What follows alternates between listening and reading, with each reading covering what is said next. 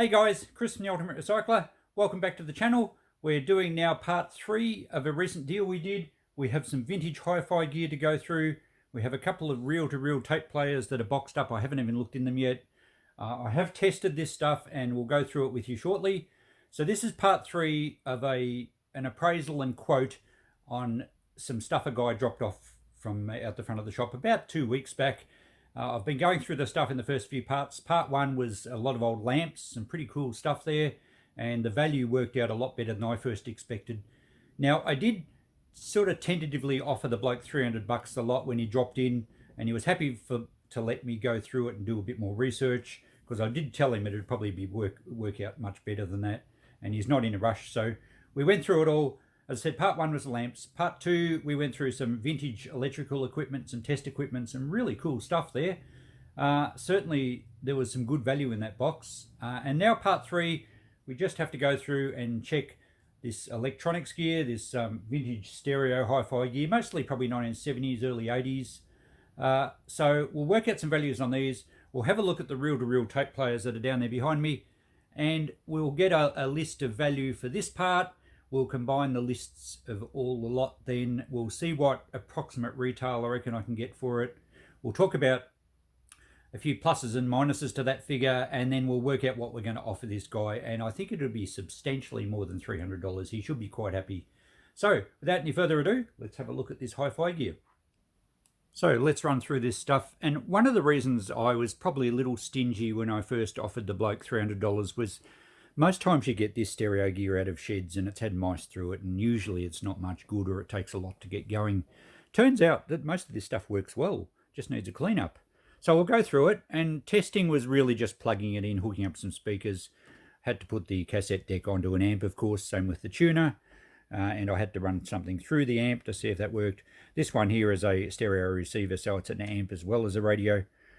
We'll start at the top. This vintage Sony Transistor radio. It's medium wave, which is AM, so there's no FM. It's probably late, maybe early 70s. 2 short wave bands. I had a bit of a quick look over it. It has got a few dents and a bit knocked around, and the battery compartment did have some corrosion. It does run off mains as well. It does work, but not very well at all. The volume is really crackly.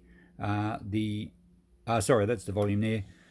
The tuning was okay. The volume is really crackly. The tone has a big ding on the side of the knob there. And the switch from AC to battery, and I think the switch from the different bands, where was that? I think it's on the back.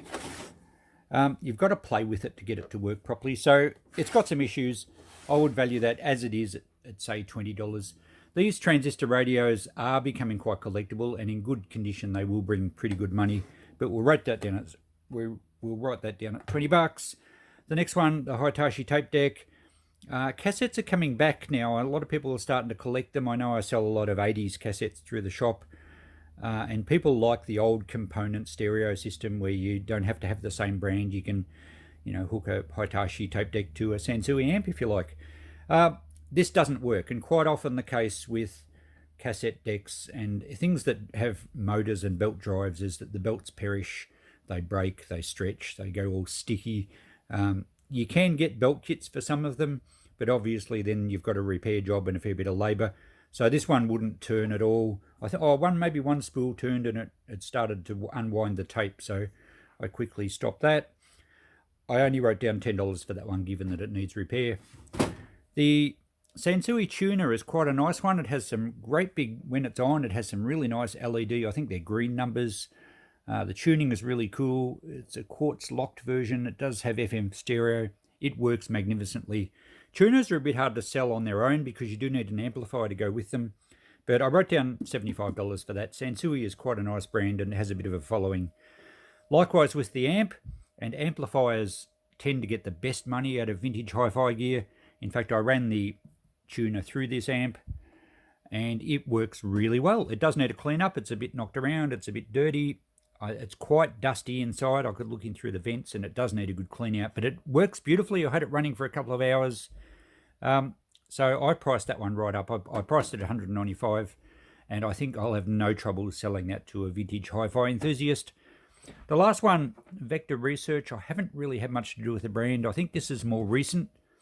The Sansui is probably 70s. This one may be into the 80s. It worked fine. It is very dirty again. It's clearly been in a shed for a long time, and it does need a clean out as well. But it did work really nicely. Again, I had it running for a few hours. I'd probably put 125 on that. So there we go. Given that most of those things work, there's some really good value for this guy, and I'm certainly now prepared to offer him a lot more than initially. Okay, next we're going to have a look at the National tape recorder. I think it's a reel-to-reel, and the one at the bottom I think was a Sony from memory. That's a larger reel-to-reel. This thing here is sound asleep. She's making her own noise. She sounds like she's cutting wood. Bit of a snorer, old Coco is. Anyway, I'll get these two out. We'll unpack them. I have not had a look at all, so I don't know what condition they're in. Let's check them out. Oh, sorry, was I talking about you? Very sorry. Okay, let's open up these boxes. Now, this box is pretty tatty. It looks like it may have even been wet at one stage. But the good thing is it doesn't seem to have had mice or anything in it. And even though the box is tatty, it's protected. Its contents. All right, I might have to have two hands to get this out. There we go. Okay, she's a small spool National tape recorder, or a reel-to-reel. So these were popular before the cassette tapes became in. Well, I guess there would have been a crossover. Let's get these original foam things off it. So it's good that it's been packaged up in the shed because it has protected it. It looks beautifully clean. Let's see, there's even a tape in it, which is good. We should be able to test it. Look at that. Nice and clean. Hopefully that's a goer, although I don't see a power cord. Maybe it's just batteries. I can't see. Oh, hang on, what's this side? There'd be some input, or maybe that's just a DC 6 volt. So it needs a power supply, or maybe it takes batteries. Open. It does take batteries. As typical, the foam packing here, it just disintegrates from age. It doesn't look like there's any corrosion in there that I can see. It looks pretty good. Alright, I think I should be able to find a power supply, or maybe even some batteries, and we'll give that a test in a tick. Before we get to that one, let's have a look at this other one here. It's a much bigger unit. It's probably called portable, but you just about need to be a weightlifter to move it around. It's obviously got detachable speakers. And what brand was it? I don't remember. It written on the other side, I guess. I think it was a Sony from memory. Now, this one hasn't been in a box, and it is a bit grubby from shed storage. Definitely a reel-to-reel tape player. Alright, I'll use two hands again, and we'll set this up and have a look at it. Okay, it's a Sanyo, not a Sony. Close. Both Japanese. Could be a good model. I'll have to check eBay to see if there's any on there. We've got a tape again, so we should be able to test it. And it looks pretty clean inside. It's really only the top that's a bit grubby from shed storage. I did notice the trim is starting to come off one of the speakers. So the speakers just unclip. They're basically the lid. They clip on the front. And it certainly kept the unit protected. So next thing is we'll get both these up on the bench here and we'll give them a test. Now, I did mention that I thought this box had been wet, and in a plastic bag in the box is the original booklet, and it's still wet. It's obviously been damp, and then moisture's got into the packet, and it's just sort of stayed damp. And it's kind of like set like a paper brick now, and it actually smells. So that's clearly a shame, and that's obviously no good.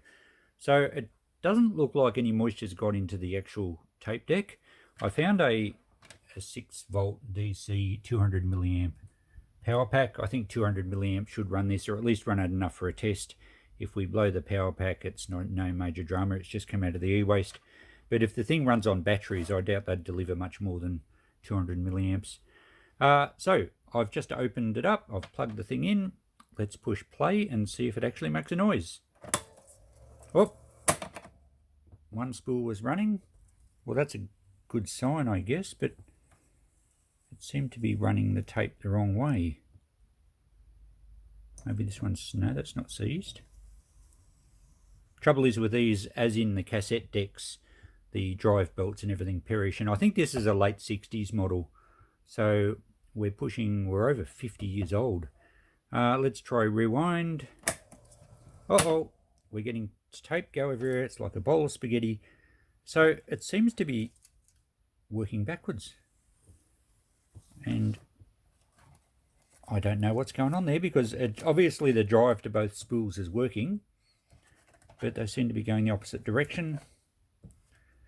We don't really want tape all over the place. I wonder if it's actually threaded through the heads wrong, and what was that part? I don't know. It's got some issues. I don't think it's an easy sort out. I did quickly check eBay on this model, and I found a couple. I found some very similar, and they don't seem to be getting very much interest at all, even in working condition. So it's not worth spending time on. I'll probably put it in the shop as it is and say has issues, and someone can sort it out themselves. Cosmetically, it's a beautiful unit, and it might be a good restorer, but the ones I saw even in good working condition weren't bringing very much, so it's not worth me spending time on. We'll write that down. I think we'll just put $10 on it so that it sells and someone else can buy themselves a project. Who knows what's on this tape, but I can't obviously get it to make any noises. So, all right, we probably won't even put this one back in the box, and the booklet's clearly no good. I won't even put the power pack with it. Someone can just buy it for $10 as it is. They might just use it as a prop. And that sorts that one out. And now the final unit to be tested. It looks pretty cool, this one. I did a bit of checking just quickly. These Sanyo reel-to-reels date to about the late 60s, 1969. I think I saw a reference for this model. They're not a professional tape deck. They're just a domestic one, so they're not going to bring the dollars that, say, an Akai professional tape deck would bring. Some of those can bring well over $500. I did find a couple of similar models sell in good working order for around about $200, but it's difficult to get a price gauge on these from eBay because they're so heavy and postage is such an issue. But if it works, it's going to be a good seller. It's certainly something I'll put in the shop. Now, I've plugged the speakers in. I've plugged the power in. I have not switched anything on. Just quickly, I always like to check where the settings are. Volume, you do not want the volume flat out when you first turn it on. When my kids were little, I had a stereo unit in the lounge that the kids could reach, and they loved to play with the knobs, and I put an AC/DC CD. CDs had just come in, and I put an AC/DC CD on and pressed play, and the volume was set to maximum, and I think the speakers jumped in the air, and I think the windows all flexed in the house. It was quite a scary event. So always volume right down for a start. Now we have the tape speeds. I assume it's threaded right. That's just how I got it.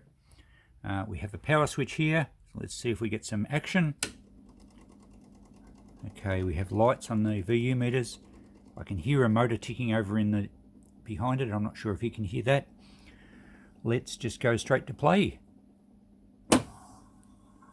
Okay, well that's nice to see. Give her a little bit of volume. I don't know what's on this tape. We have volume left, volume right. Okay, that's probably a third. We should be able to hear something, but we've got nothing yet. It's at the start of the tape, so maybe it hasn't got to the music part or whatever's on this tape. Okay, what else do we need to do? We have tone controls, they should be fine. The speakers were plugged in, just down here. Oh, there's a switch. Oh, there we go. Oh. It works. It sounded a little bit dodgy. Let me just see, there was a switch here. Maybe the speakers were actually off. There's a switch for right channel, left channel. I'm not sure what's going on there, but we had one channel working. I'll play it a bit more. Hopefully we don't have any music copyright issues.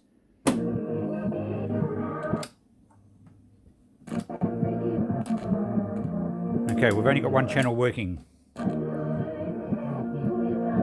And I can't even recognise... Oh. I'll turn that off. I think that was ABBA. But the speed didn't seem right. So maybe either it's got a drive issue or this part is on the wrong setting. Now, I don't know much about reel-to-reel, so we'll try it on that setting, see what we've got.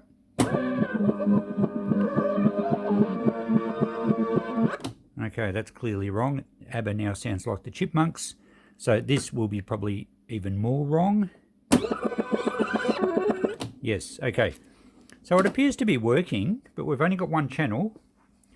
We can probably just see if that's a major issue or maybe just a speaker connection. It might be just a speaker connection. We're getting a little bit of static when I wobble the plugs.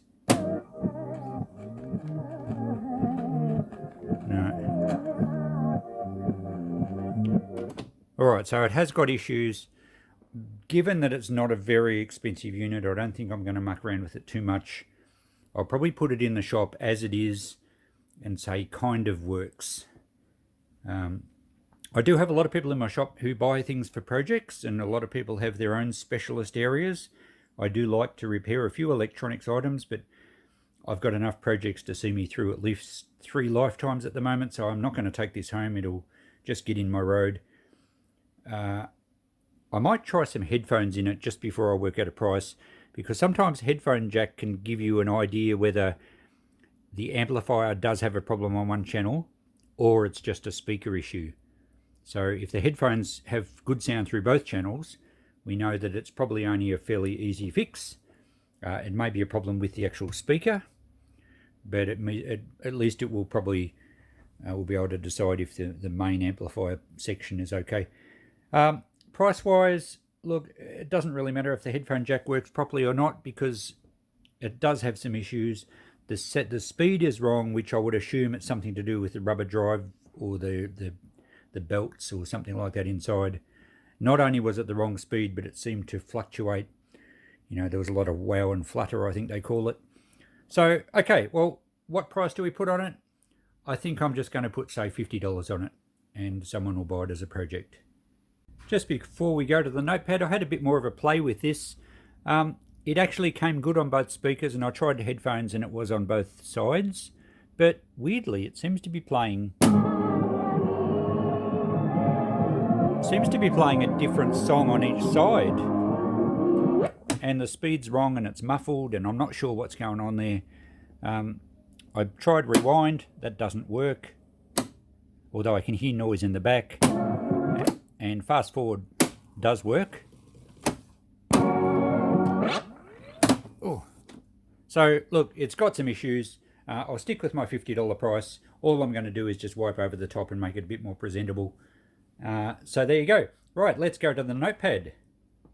Okay guys, for all you numbers nerds and people that are genuinely interested about the nuts and bolts of my business, here's the total. So that's what we just went through.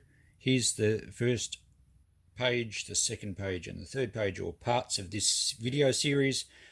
The lamps were $8.90, the tins, electrical equipment, and the fishing rods and stuff $7.75, and what we got there was $4.85, adding up to just over $2,000. Now, let me quantify that figure. That is a potential retail for me. Some of the stuff I might have got the values wrong. If I've made a mistake and I've overvalued it, that's not good because it won't sell and I'll have to discount it down the track. If I've made a mistake and undervalued it, it'll sell quick through the shop. No real negatives there. In fact, my shop gets good reputation for good value stuff, so I don't mind that. But what I'm going to do with this figure here of 2,150, if I times that by 0.75, 2150 by 0.75, or 3/4 of that amount, gives me just over $1,600.